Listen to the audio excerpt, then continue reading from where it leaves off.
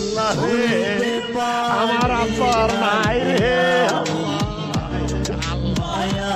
আমার আব্বা আমারে সাইরা চইলা গেছে, আমি কাঁপালাম এই কাঁপায় নাই রে, এই রবিদা আব্বার নাই রে, আব্বার নাই।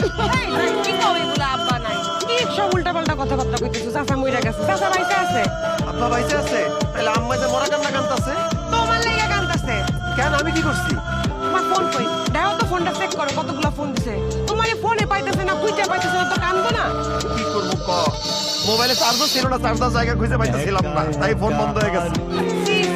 সি ভাইজান সি, এত মিছা কথা কও কি লিগা?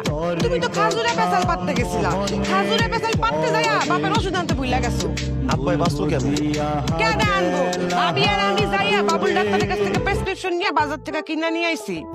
যাও আগে ঘরে যাও, চাচির লগে দেখা করো, বেচারি কানতে কানতে মইরা যাইতাছে। আচ্ছা।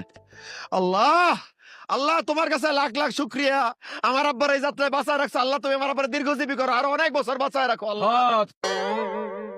তোর আব্বা বাইচে আছে, কিন্তু তোর মতো কুলাঙ্গার সন্তান যার আছে সে বেশি দিন বাঁচবো না। আব্বা মেডিসিন আনছি তো। ও ওষুধ দিয়ে আমি কি করবো? হ্যাঁ, কুলাঙ্গার কুলাঙ্গার যেখানে যাস সেখানে তুই খাজির আলাপ শুরু করে দিস না। তোর পায়ে তোর খেয়ে